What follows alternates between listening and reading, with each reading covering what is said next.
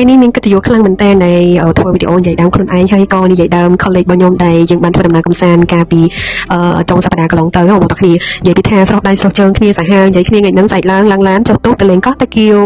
និយាយទៅមុខម្នាក់រីទៅកប់ជីចឹងពេលដែលបានដើរលេងនិយាយមែនចឹងដូចគេនិយាយថាពេលដែលយើងជ្រើសរើសធីមត្រូវគឺយើងនឹងសប្បាយហ្មងនិយាយទៅសប្បាយអត់ឈប់និយាយទៅមុខម្នាក់ងើបតាំងពីប្រឡំប៉ុន្តែមិននិយាយរឿងស្រស់ស្រាយវិញលេខ1ហ្មងរឿងស្រស់ស្រាយនឹងមជ្ឈុំឯងរឿងទី1ដែលពួកគាត់ត្រូវធ្វើហ្មងគឺរឿងរបស់ហូបចុកគឺថាអត់ឲ្យភ្លេចហ្មងគឺថាគឺយកពេញដៃទៅរៀងខ្លួនហ្មងហើយចំណុចទី2ការថតរូបហ្មងគាត់តែចុះលើទូកភ្លាមគឺអង្គុយមិនតាន់បានត្រង់ខ្លួនផងគឺគេថតរូបខ្ញុំជាងគេហ្មងគឺថាឃើញតែសភាពរបស់អ្នកគ្នានិយាយថាអត់ត្រង់មិនបានទេយើងស្រឡាញ់ការថតរូបក៏អញ្ចឹងពេលតែឃើញគឺអូយអារម្មណ៍ពុកកញ្ជ្រោលខ្លាំងតែម្ដងមកអញ្ចឹងកំឡុងពេលធ្វើដំណើរនៅកោះតាគៀវហ្នឹងយើងចំណាយពេលប្រហែលជា20នាទីដើម្បីទៅដល់កោះអញ្ចឹងតាមផ្លូវហ្នឹងគឺឆ្លៀតថតរូបហើយមកដល់កន្លែងស្ទូចត្រីគឺលក្ខណៈតែម្នាក់ហ្នឹងគឺរៀបចំស្ទូចហើយមកទៅកាន់ត្រីម្នាក់មួយហ្នឹងមិនមែនគាត់ស្ទូចបានទេពេលខ្លះគាត់សំដែងដៃអញ្ចឹងណាបងប្អូនគ្នាមើលទៅហំហាណាមើលដងស្ទូចដងអីមើលទៅ professional ប៉ុន្តែចង់និយាយថាត្រីវិញគឺស្ទូចចាញ់ពូទូកអីនិយាយមែននិយាយលេងហ្នឹងបងប្អូនគ្នាគាត់ស្ទូចបានខ្លះដែរនិយាយទៅកុំឲ្យគាត់ថា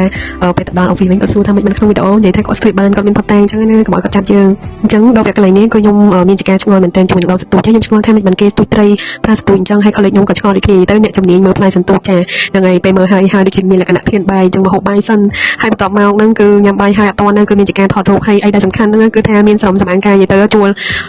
មក trip ហ្នឹងគឺថាសบายសោយដល់កហ្មងអញ្ចឹងក្រោយពីយើងថតរូបញ៉ាំបាយហើយពេលថ្ងៃអញ្ចឹងឥឡូវហ្នឹងយើងដល់តង់ទី2ទៅស្ទូចត្រីនៅមួយកន្លែងទៀតហើយឥឡូវក្រុមការងារខ្ញុំក៏បកាត់ភ្លើងហើយខ្យងហ្នឹងគឺជាខ្យងដែលគាត់រកបាននិយាយទៅខ្យងឆ្ងាញ់មែនតើហើយអីដែលសំខាន់ហ្នឹងគឺមានខ្យង2នេះគឺខ្ញុំឃើញហើយគឺខ្ញុំអត់ហ៊ានឲ្យគាត់អាំងទេអញ្ចឹងទៅប្លេងវាទៅក្នុងទឹកវិញអញ្ចឹងណានិយាយទៅញ៉ាំខ្យងឆ្អែតតែមិនឃើញប្លេងបន្ទាប់មកបងប្អូនគ្នាឮតែសលេងចូលកៅក្លែមជាមួយនឹងខ្យងអាំងនឹងក៏ដឹងថាជាប៉ុណ្ណាដែរណោះនិយាយទៅសកម្មភាពមុននឹងក្រោយចូលកៅលើគេពោលទូកមួយហើយនិយាយទៅគ្រូសានេសាទនេះគឺចាំកូនអត់រស់ទេបើកូនមួយគឺលក្ខណៈថាអើយចាប់មិនឈ្នះទេគឺរវល់គ្រប់គ្នាហ្មងហើយបន្ទាប់មកគ្រូត្រីបានច្រើនគួរសមដែរចាប់ដើមឃ្លានស្ងោជ្រក់ត្រីឥឡូវ college ខ្ញុំចាប់ដើមធ្វើត្រីសម្អាតឲ្យស្អាតដើម្បីយកមកស្ងោជ្រក់អញ្ចឹងណាបងប្អូនគ្នានិយាយទៅមើលគាត់ទៅគឺថាជំនាញតែម្ដងចានិយាយពីថា college ខ្ញុំម្នាក់នេះវិញលើតែស្ងោជ្រក់ភ្លាមមកទាញឆ្នាំងទាញអីដោះលាងសម្អាតនិយាយទៅគឺអូយពិតជាបរិបទគ្រប់លក្ខមែនតើបងប្អូនគ្នាមើលនិយាយទៅក្រោយពីបងប្អូនធ្វើត្រីធ្វើអីហើយខ្ញុំនឹងមានជាការដាំទឹកអីអញ្ចឹងណាមានជាការ master chef ចូលខ្លួនអីអញ្ចឹងទៅនិយាយទៅពេលទឹកពុះគឺឲ្យទុំសុកខ្នុរដាក់ចូលអីអញ្ចឹងណាបងប្អូនគ្នាមើលទៅដូចជំនាញស្លអញ្ចឹងបងប្អូនគ្នាបន្តិចមើលទៅដល់វីដេអូចុងបញ្ចប់ណាគេអ្នកស្លបញ្ចប់